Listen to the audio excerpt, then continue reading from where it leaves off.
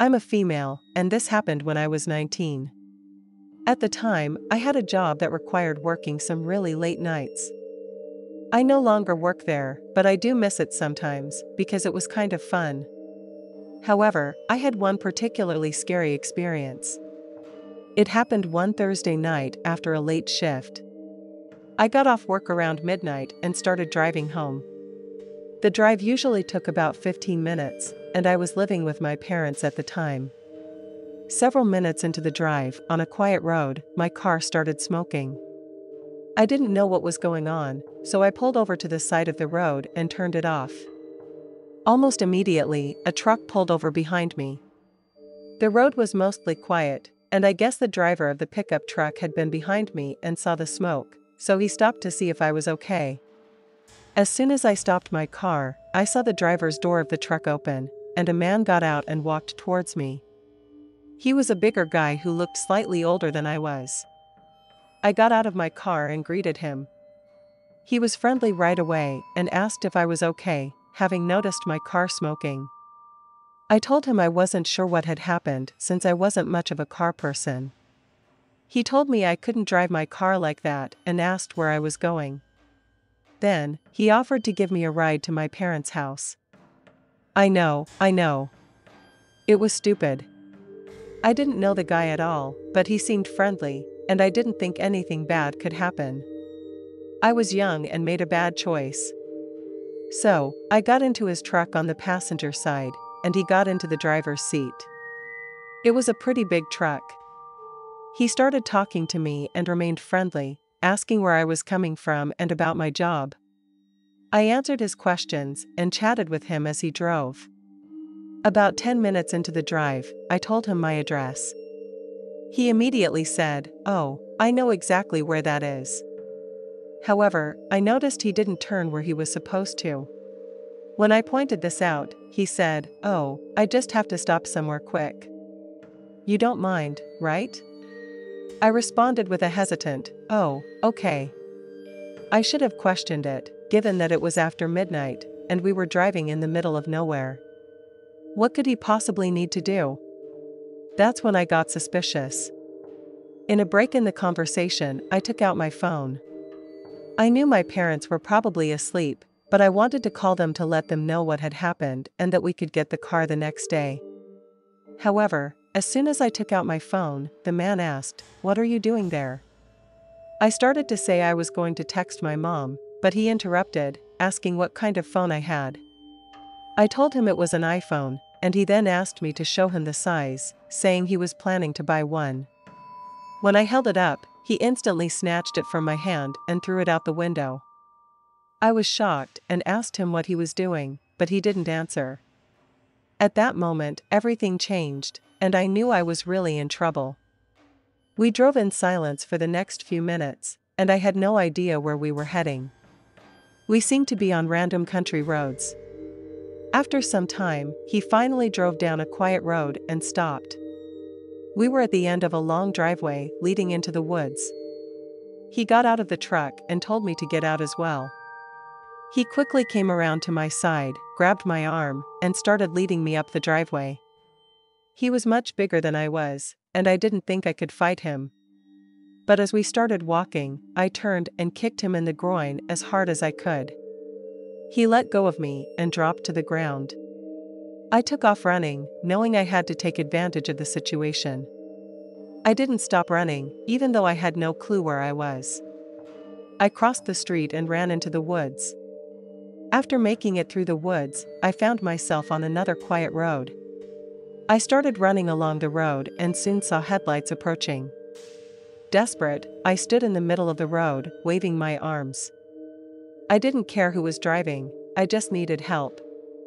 As the car approached, I saw blue and red lights start to flash. It was a police car. I felt immediate relief. They stopped, and I told the officer what had happened. He called for backup, and we went back to the guy's driveway, but he was gone. The police took me home and asked me more questions. Long story short, they later found the guy who had picked me up. That was by far the scariest experience of my life. This happened back when I was 16 years old. I had recently gotten my first job, working at a restaurant. My parents let me use their old car, which was barely running. It had broken down on me once before, but we managed to get it running again. For a few weeks, the car was actually pretty reliable. I used it to drive to and from school and work.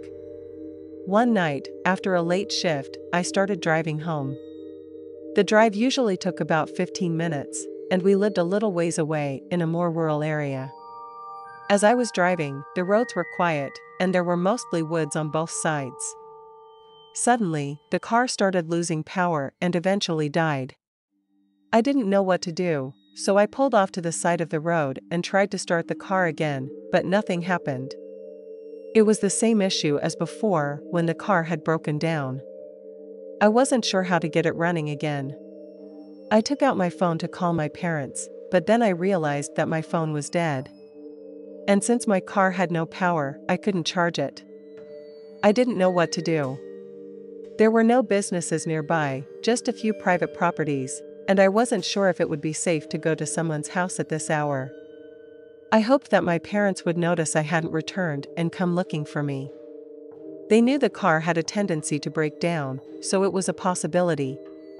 In the meantime, I just sat there, looking around. No cars were passing by, and before long, it started to feel spooky. There were dense woods on both sides of the road. I could hear crickets, an occasional owl, and the sound of trees blowing in the wind. Other than that, it was very quiet. I really didn't want to get out of my car. About 10 minutes into sitting there, I was casually looking around when I noticed a man standing half-hidden behind a tree in the woods to my right. He had a beard, and that's all I could make out. He was just standing there, partially concealed by the trees, watching me. My heart started racing, and I felt helpless. Why was there a man in the woods watching me? He just kept standing there, staring. After more than a minute, the man disappeared back into the woods. I was still really scared, but felt slightly better that he was gone. About 10 minutes later, I was constantly looking around, worried he might return. Just as I was starting to feel a bit more at ease, I saw the man again. He emerged from the woods and slowly walked toward me. He reached the edge of the ditch on the side of the road, now less than 10 feet away from me. The bearded man walked to my passenger side door and tried to open it. Then he calmly walked around to my driver's door and tried to open that too. I was terrified and just ducked down, burying my face in my hands, trying not to look. I could hear him poking around my car, trying every door, and then he knocked on one of the windows. He finally came to my driver's window and started banging on it. The whole time, he didn't say a word. I looked up and saw his creepy face staring right at me. It was probably the most scared I've ever been. I had no idea what he was planning to do. At least the car was locked, but I couldn't drive it, and I worried he might try to break in. After banging on my window for a while, the man stopped and went to the other side of my car again. Just then, I saw headlights in the distance behind me. I felt slightly better, but then I heard the sound of a car honking repeatedly. At first, I was confused about why the car was honking as it approached, but then I recognized it as my parents' SUV. The man ran off into the woods, and my parents pulled over behind my car. I quickly got out and ran over to them. Once inside, I told them what had happened, how my car had broken down, my phone was dead, and a man had come out of the woods. We called the police and reported the man. He didn't come back out of the woods, and we waited until the police arrived. When they got there, we spoke with the officers and arranged for a tow truck to get my car. The police searched the woods, but were unable to locate the man. It really creeps me out knowing he got away. I still don't know where he came from or what he was doing, and it still gives me chills to think about it. I'm just glad that I'm okay. This happened a couple of years ago. One night, I was driving to pick up my girlfriend from her job. She had a car, but it was in the shop, getting repairs. She worked late that night until about 11 o'clock p.m. I drove the 20-minute drive to get there, and then she got into my car. We started driving back, and the roads were really quiet with it being so late. As we were on our way back, almost halfway there, my car ironically broke down. It was a somewhat old car and wasn't running that great, but I didn't expect it to break down on the side of the road like it did. With it being so late at night, neither of us knew anybody who could give us a ride. I tried restarting the car several times, but I was unsuccessful. So, we were sitting there on the side of a pretty quiet road. Within the first 5 minutes of sitting there, maybe just 2 or 3 cars drove by. We finally decided to call roadside assistance, thinking they should be able to help out. After calling, we were told that they could come, but it might be a 45-minute wait. That was disappointing, but at least they would be there eventually. The place where my car broke down was a quiet road that had mostly wilderness on both sides. It was very dark and hard to see much of anything. My girlfriend and I were just chatting and going on our phones while we waited. Not long into this wait, we saw headlights of a car coming down the road behind us. We didn't think much of it, but as it approached, we noticed that it was going pretty slow. The car passed us by, and I noticed that it was an old white work van from some time in probably the 1980s. It was pretty old and creepy looking. The way it was driving was so slow, and that was a little strange too. I made a joke about it to my girlfriend, but I was actually wondering why it was going so slow. Then it drove past us and disappeared around the corner. Probably 5 or so minutes went by without a single car passing. Then we saw headlights again. As this next vehicle approached, we noticed that it was the same white van. Once again, it passed us by, going pretty slow. I know that I made a comment about it being the same one.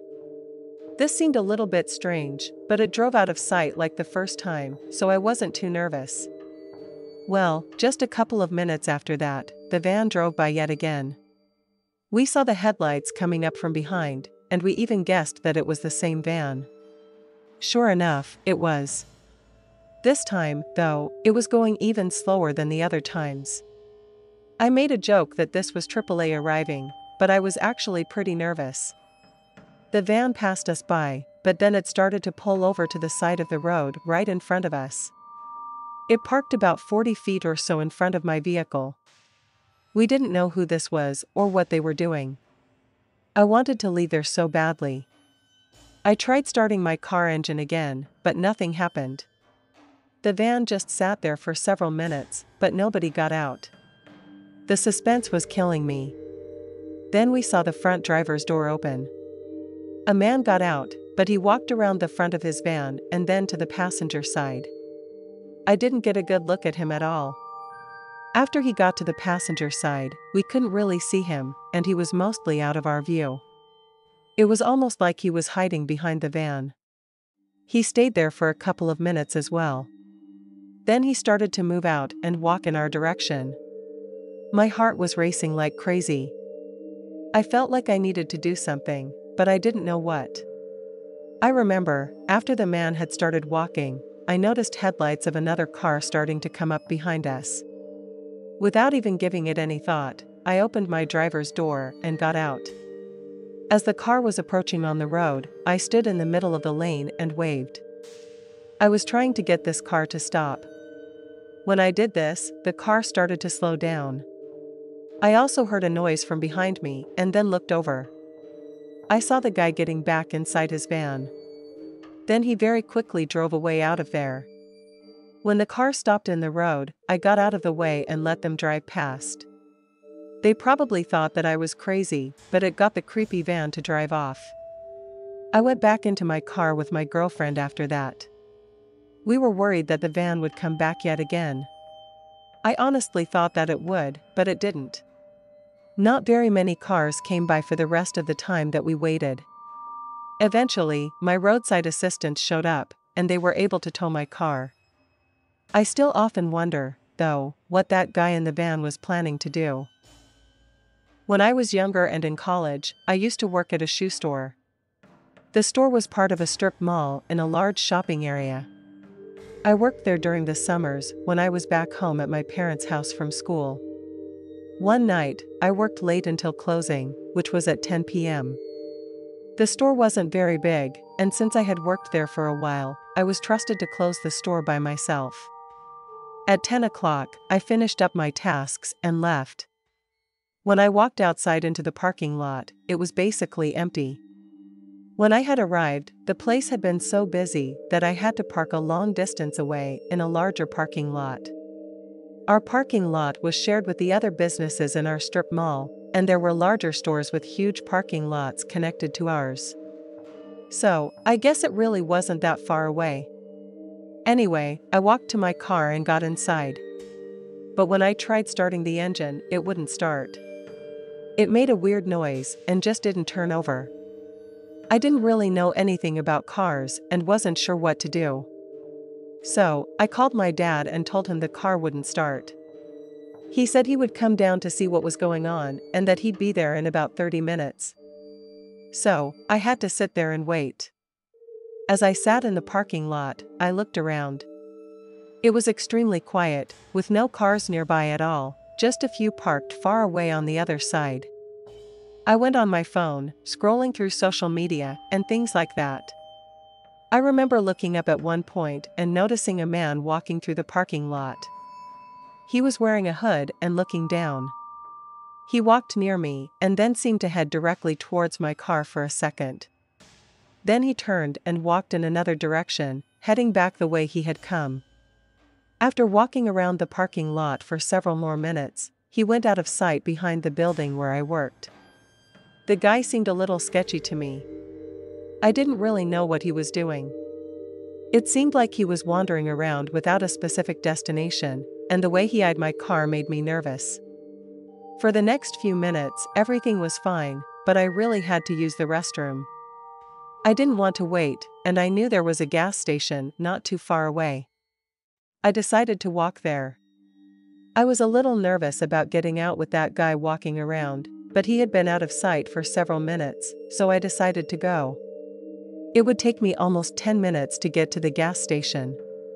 I got out of my car and walked. On the entire walk, I didn't see the man or anybody else.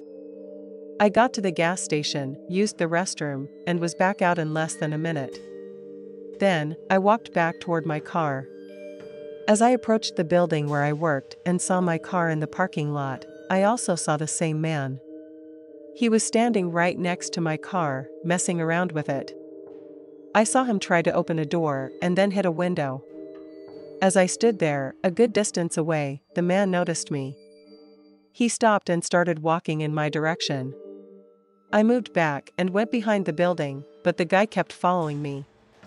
I made a lap around the entire building, and when I reached the front again, I saw my dad arriving in his pickup truck. As my dad drove up to my car, I started to run over there. The man started running after me from behind.